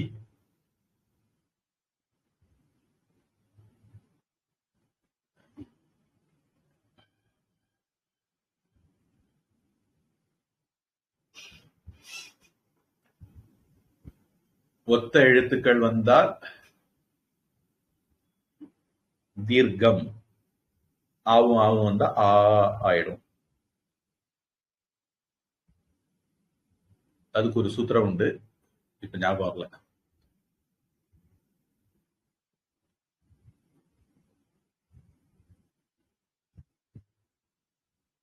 புத்திரியும் அப்படியே. இப்ப ஸ்லோகம்.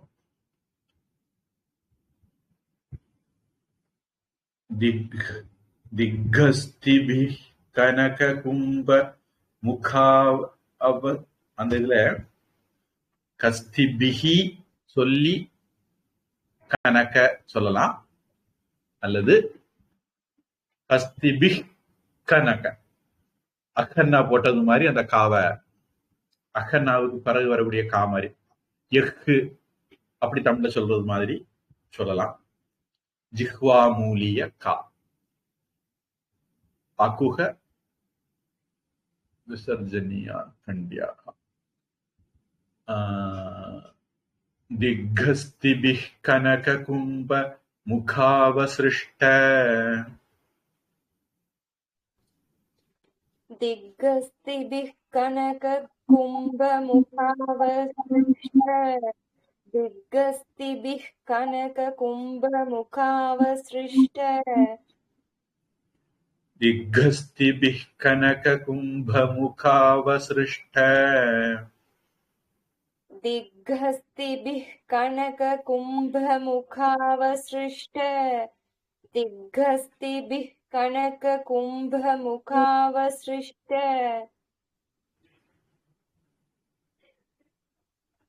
விஷ்ணு சஹஸ்ரநாமத்திலையும் கூட எனக்கு ஞாபக சக்தி சரியா இருந்தா இந்த மாதிரி பிரிக்க கூடாத 1-2 இடங்கள் வருது. ஸ்வர்வாஹினி விமல சாரு ஜல ப்ளுதாங்கி. ஸ்வர்வாஹினி விமல சாரு ஜலா. ஜலா நெடில்லா குருஜி? ஜல பிரித்தாங்கி ஜலா. எனக்கு ஜல குறில் தான் இருக்கு, உங்களுக்கு நடில் இருக்கா? ஆமா குருஜி, ஜலா பிளித்தாங்கின்னு இருக்கு. பிளித்தாங்கி.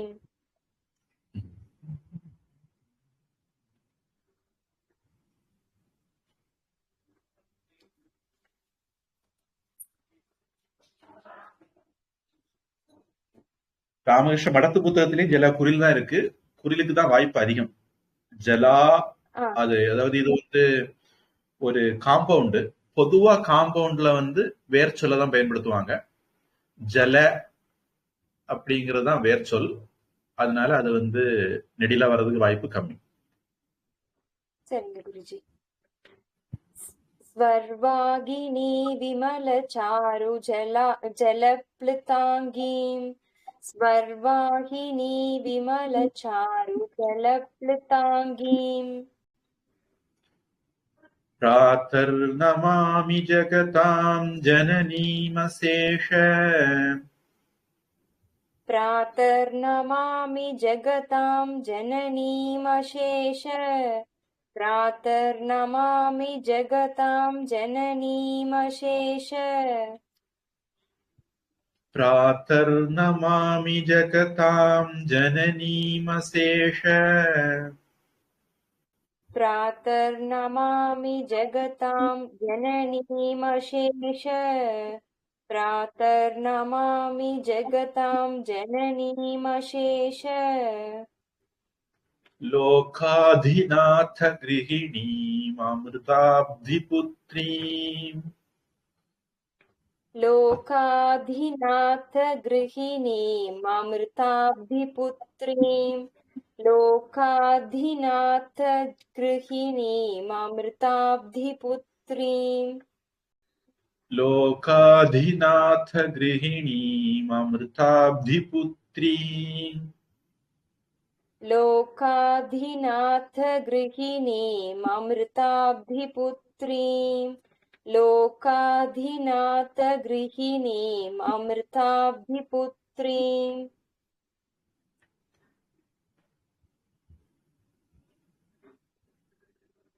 दिग्गस्तिभिः कनककुम्भ मुखावसृष्ट. दिग्गस्तिभिः कनककुम्भमुखावसृष्ट दिग्गस्तिभिः कनककुम्भमुखावसृष्ट सर्वाहिनी विमलचारुजलप्लुताङ्गी स्वर्वाहिनी विमलचारुजलप्लुताङ्गीं स्वर्वाहिनी विमलचारुजलप्लुताङ्गीं प्रातर्नमामि जगतां जननीमशेष प्रातर्नमामि जगतां जननीमशेष प्रातर्नमामि जगतां जननीमशेष लोकाधिनाथ गृहिणीममृताब्धिपुत्रीम् लोकाधिनाथ गृहिणीममृताधिपुत्रीं लोकाधिनाथ गृहिणीममृताब्धिपुत्रीं வேற ஏதாவது கேள்வி இருக்கா? குருஜி இந்த இதுல கீதால ஒரு வார்த்தை யக்ஞாத்வான்னு ப்ரொனவுன்ஸ் பண்ணணுமா இல்ல எஜ் ஞாத்வா ஏ போட்டு இஜ் ஞாத்வா இருக்குல்ல குருஜி அத யக்ஞாத்வான்னு சொல்லணுமா எஜ்ஞாத்வான்னு சொல்லணுமா? யஜ்ஞாத்வா தான். எத்து வந்து முதல்ல இதா மாறிடும். அப்புறம் ஞாவுக்கு இணை எழுத்தான இஜ்ஜா மாறி யஜ்ஞாத்வா. இஜ் எஜ் ஞா அடுத்தது அலை இஜ் தான் வருது. அப்புறம் ஞா வருது. அப்ப யஜ்ஞாத்வா தான். புஸ்தகத்துல அப்படிதான் போடுவாங்க பொதுவா இல்லையா? அப்படிதான் எழுதியிருக்கு குருஜி. ஆனா எனக்கு முன்னாடி ஒருத்தவங்க வந்து அதை எப்படி வேணாலும் சொல்லலாம், யஜ்ஞாத்வான்னு சொல்லலாம், யஜ்ஞாத்வான்னு சொல்லலாம்னு சொல்லியிருந்தாங்க. ஆனா இப்ப கீதா பாடல வந்து அப்படி சொல்லக்கூடாது, யஜ்ஞாத்வா தான் சொல்லணும் அப்படின்னு சொன்னாங்க. அதான் கேட்டுக்கிட்டேன் குருஜி. அதாவது நான் எடுத்த உடனே அந்த ஸ்லோகம் தான் என் கண்ணுல படுது. 13:12 அப்படின்னு நினைக்கிறேன் ஸ்லோகம். நிறைய இடத்துல அது வருது குருஜி. நான் வந்து 14ல முதல் ஸ்லோகம் கேட்டேன் குருஜி. 14ல முதல் ஸ்லோகத்துல வருது, 2வது வரியில. சங்கரர 18வது அத்தியாயத்துல நான் எடுத்த பக்கத்துல நான் ஒரு அடையாளம் பண்ணி வச்சிருக்கேன். அந்த இடத்துல அதை கோட் பண்றாரு. ஞேயம் எத்தத் பிரவக்ஷாமி யஜ்ஞாத்வா அமிர்தம் ஸ்னுதே. அதுல வந்து எத்து ஞாத்வா எதை தெரிந்து கொண்டு அப்படிங்கறதாக்கும் அர்த்தம். யஜ்ஞம் அங்க வரல, யஜ்ஞத்தை பத்தி அங்க பேசல. யஜ்ஞம்ங்கிறது வேற ஒரு கான்செப்ட். இங்க வந்து எத்து ஞாத்வா 14:1 யஜ்ஞாத்வாங்கிறது எத்து ஞாத்வா. எத்துங்கிறது அடுத்தது ஜா வந்ததுனால, சாப்பிட்டு வந்ததுனால முதல்ல சாப்பிட்டா மாறும், எஜ் அப்படின்னு மாறும். ஜலாம் ஜலாம் ஜஷ் ஜஷி. அடுத்தது அந்த அடுத்தது ஜா வாரதுனால இந்த 3 அந்த ஜாவினுடைய இன எழுத்துக்கு மாறிடும். அப்புறம் இஜ்ஜா மாறிடும். அப்ப எஜ்ஜு ஞாத்துவா தான் சரி. அங்க யஜ்ஞத்துக்கும் அதுக்கும் சம்பந்தம் இல்லை. அப்புறம் இக்கு கண்டிப்பா கிடையாது. யஜ்ஞம்ங்கிறதுலே கூட சில பேர் இக்கு சொல்லுவாங்க, அதுவே தப்பு. அங்கேயும் இஜ்ஜு தான், யஜ்ஞம் தான். இங்கேயும் இக்கு வரவே வராது. இது வந்து யஜ்ஞம் சப்தம் இல்லை. அதனால எஜ்ஜு எத்து 2 வார்த்தைகள் சேர்ந்து யஜ்ஞாத்வான்னு மாறுது. யஜ்ஞத்துக்கும் இந்த ஒரே வார்த்தை கிடையாது. யஜ்ஞம்ங்கிறது ஒரே வார்த்தை, இது அப்படி இல்லை. சரிங்க குருஜி. இன்னைக்கு நிறைய கிராமர் சொல்லியிருக்கீங்க குருஜி. இன்னையோட ரெக்கார்டிங் ஒரு 4-5 தடவையாவது கேட்கணும்னு நினைக்கிறேன். நிறைய ரொம்ப டீப்பா இருந்தது, புரியல நிறைய. தமிழ் கிராமரே நிறைய இருந்தது. ஆமா, ஒரு ஃப்ளோல நான் 2006க்கு முன்னாடி படிச்சதெல்லாம் திருப்பி ஞாபகப்படுத்துறதுக்கு ஒரு வாய்ப்பு கொடுத்தீங்க. இப்படி யாராவது கேட்டு ஞாபகப்படுத்தலன்னு நானே மறந்துடுவேன். ஏன்னா நான் அதுக்கு பிறகு எனக்கு யாருக்கும் கிராமர் எடுக்க வேண்டிய அவசியமே வரல.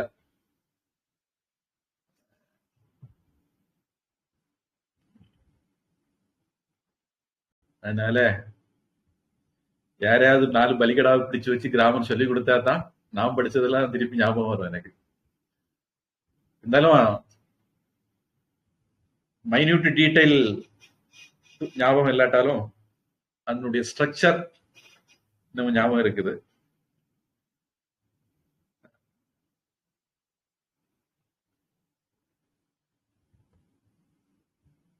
பொதுவாக நாம எவ்வளவு பெரிய ட்ரெஷர் பொக்கிஷத்தை இழந்துட்டு நிக்கக்கூடிய ஒரு சமுதாயமா இருக்கிறோம் அப்படின்னு அறிதொரும் அறியாமை கண்டற்றால்னு வள்ளுவர் சொல்லுவார்.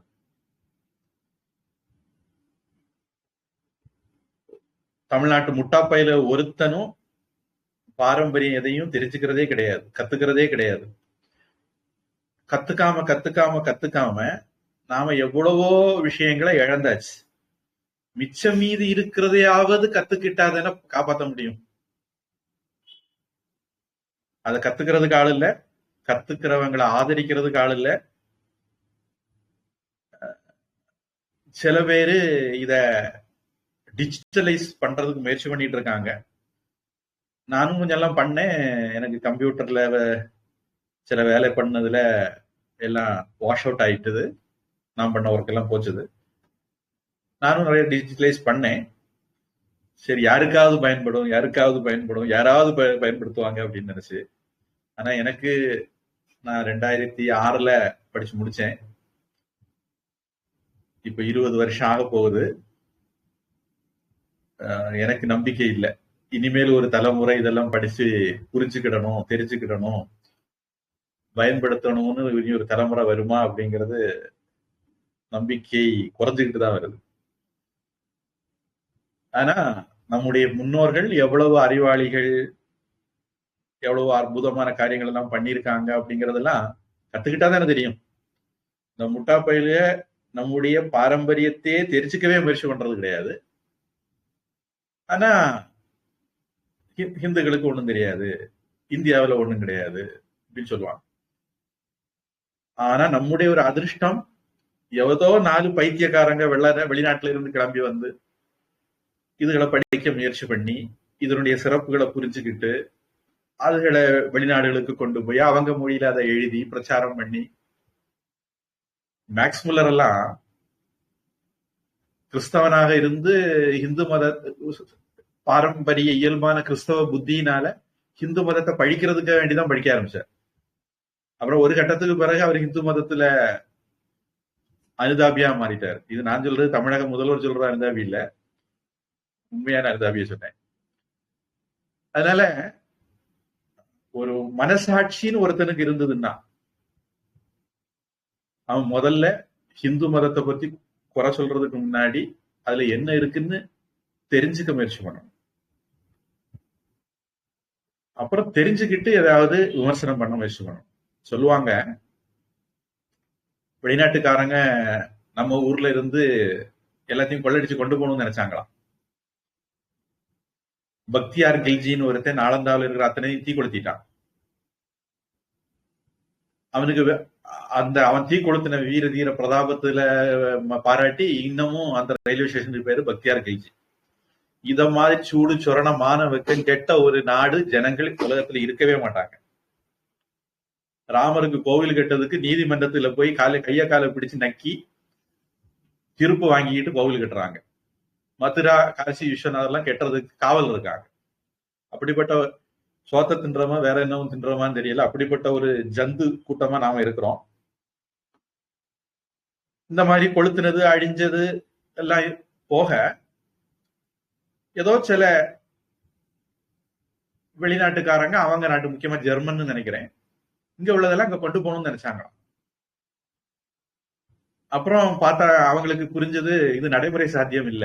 இந்தியாவில் உள்ள இலக்கிய பொக்கிஷத்தை அன்னைக்கு இருந்த டெக்னாலஜி படி டிரான்ஸ்பர் பண்றது கஷ்டம்.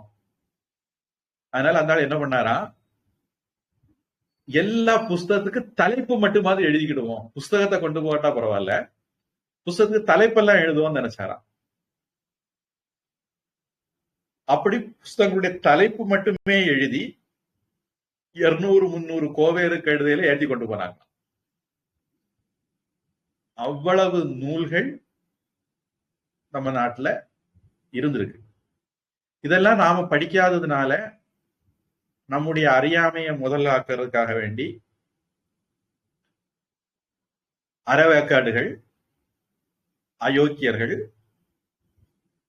வேதத்துல அப்படி சொல்லி இருக்கு, புராணத்துல இப்படி சொல்லி இருக்கு, கந்த சஷ்டி கவசத்துக்கு அர்த்தம் இது, இப்படி எல்லாம் கிளம்பி இருக்காங்க.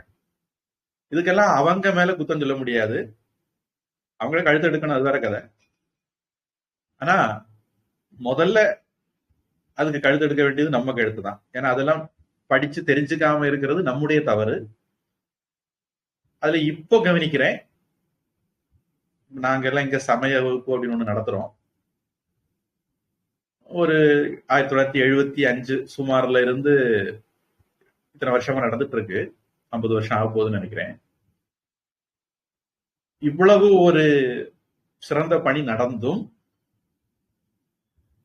இவங்க எங்க கிட்ட சமய வகுப்புல வந்து படிச்சு தெரிஞ்சுக்கிட்டவங்க, அவங்க இப்போ இன்னைக்குள்ள ஜெனரேஷன், அவங்க இளைய தலைமுறைக்கு இத கடத்துறாங்களா அப்படின்னு பார்க்கும்போது ஒரு கேள்விக்குறி வருது. கடத்துறவங்க இருக்காங்க. அன்னைக்கு படிக்க விடல, எங்களை படிக்க விடல, பிராமணம் படிக்க விடல இப்படின்னு சொல்லிட்டு இருந்தாங்க. வா ஓசியில சொல்லித்தாரோம் அப்படின்னு சொன்னா வந்து உட்கார்ந்து படிக்கிறதுக்கு ஆள் இல்ல. சிலம்பம் கத்துக்கிறதுக்கு காசு கட்டி 10 கிலோமீட்டர் 20 கிலோமீட்டர் டிராவல் பண்ணி குழந்தைய கொண்டு விட்டு உட்கார்ந்து திருப்பி கூட்டிட்டு வருவாங்க. சிலம்பம் ஒரு உதாரணத்துக்கு சொல்றேன். ஆனா ஒரு ஆன்மீக விஷயத்த நம்முடைய குழந்தைகளுக்கு நாமளே சொல்லிக் கொடுக்கறது இல்ல.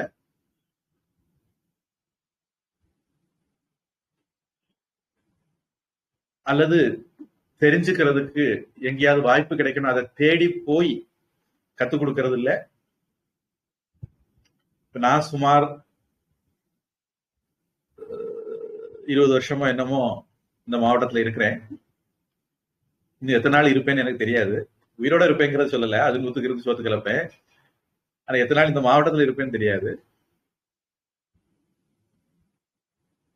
என்ன பல இடங்கள்ல கூப்பிடுறாங்க. அதனால எப்ப வேணாலும் கண் காணாத தூரத்துக்கு நாம் போயிடக்கூடும். அதுக்கு பிறகு இந்த மாவட்டத்தில் உள்ளவங்க சொல்லுவாங்க, ஐயே சாமி உங்ககிட்ட படிக்காம போயிட்டோமே, பயன்படுத்தாம போயிட்டோமே அப்படின்னு. அப்ப காலம் கடந்திருக்கும். கண்ணு கெட்ட பிறகு சூரிய நமஸ்காரம் பண்ண முடியாது. அதாவது வாய்ப்பில்ல, படிக்கல அப்படிங்கிறது போய் இப்ப நிறைய வாய்ப்புகள் இருந்தாலும் நம்முடைய பொக்கிஷம், இதை நாம படிக்கணும், இது நம்முடைய கடமை அப்படிங்கிற உணர்வு சமுதாயத்துல இல்லை. எவ்வளவு வேற வேற விஷயங்களுக்கு முக்கியத்துவம் கொடுக்கறாங்க. சோசியல் மீடியா பொதுவா அதுல எல்லாம் பல பேர் பல மணிக்கூர் கணக்கில் செலவழிக்கிறாங்க அப்படின்னு புள்ளி விவரங்கள் சொல்லுது. மனச கெடுக்கிற அல்லது கீழ்நிலைக்கு இழுக்கிற விஷயங்கள் பிரபலமாகுது, பரிச்சயமாகுது, மக்கள் அதுக்கு அடிக்ட் ஆக்கப்படுறாங்க. திட்டமிட்டா இருக்கலாம், இல்ல இவங்களுடைய இயல்பான மனநிலையினாலே இருக்கலாம். இயல்பா மனசு கீழே பார்த்தான் போகும், தண்ணி கீழே பார்த்தான் போகும், அது மேல பம்ப் பண்ணணும், கூடுதல் முயற்சி எடுக்கணும். அதுக்கு பெற்றோர் முக்கிய பங்கு வகிப்பாங்க. நம்ம வகுப்புக்கு முன்னாடி ஒரு இது பார்த்தேன். ஒரு சின்ன பையன், அவன் கோமாளி மாதிரி தலை வெட்டணும் அப்படின்னு நினைக்கிறான். அவங்க அப்பா கிட்ட நின்று சந்தோஷமா பார்த்து சிரிச்சுட்டு இருக்காரு. இந்த முள்ளம்பண்ணி மாதிரி சைடுல எல்லாம் மொத்தமா எடுத்துக்கிட்டு நடுவுல மட்டும் முள்ளம்பண்ணி மாதிரி வைக்கிறது. ஏன்னா ஒன்னே ஒண்ணு கண்ணே கண்ணு. அதனால பிள்ளையாம் படிக்கவும் வேண்டாம், பிறம்படி படவும் வேண்டாம், செல்லையாம் சூடி தூக்கி சங்கடப்படவும் வேண்டாம், வீட்டுல பிள்ளையா இருந்தா போதும்னு நினைக்கிற பெற்றோர்கள் அதிகம். குழந்தைக்கு குழந்தை என்ன வேணும்னு நினைக்குதோ அதை கொடுத்தா போதும் அப்படிங்கிற பெற்றோர்கள் தான் அதிகமாயிட்டு வராங்க. பல பெற்றோர்களுக்கு தெரியாது அப்படிங்கிற பிரச்சனை ஒரு பக்கம் இருக்க, தெரிஞ்ச பெற்றோர்களும் அதை கட்டாயப்படுத்தி கொடுக்க முடியாத சூழல் இருக்க, 10-10 அரசாங்கம் பெற்றோர்கள் ஆசிரியர் குழந்தைகளோட கண்டிக்க கூடாதுன்னு சட்டங்கள் எல்லாம் கொண்டு வர, there is no ray of hope, இந்த நம்பிக்கை கீற்றும் தெரியல. யாராவது ஒரு அறிவாளி நாட்டுல ஆட்சியாளரா வரணும், தலைமை பதவிக்கு வரணும், இப்படியெல்லாம் யோசிக்கிற ஒரு ஆளா, விவரம் தெரிஞ்ச ஒரு ஆளா இருக்கணும். மோடி மாதிரி எல்லாம் இல்லாம அவரை விட கொஞ்சம் அறிவாளியாட்டு, விவரம் கூட்டின ஆளாட்டு யாராவது வந்து உருப்படியா சில காரியங்கள் நம்முடைய சனாதன தர்மத்துக்கு, பண்பாட்டுக்கு செய்யணும். பொருளாதார முன்னேற்றம், கக்கூஸ் கட்டுறதெல்லாம் விட ரொம்ப முக்கியமா வேற நிறைய விஷயங்களும் நாட்டுல செய்யறதுக்கு இருக்கு. அதை தெரிஞ்சுக்கிட்டு யாராவது வரணும், வந்து பண்ணணும். அதுக்கு பகவான் அனுகிரகம் பண்ணணும். பகவான் கிட்ட பிரார்த்தனை பண்ணுவோம். வேற ஏதாவது கேள்வி இருக்கா? இல்ல குருஜி. பிரார்த்தனை.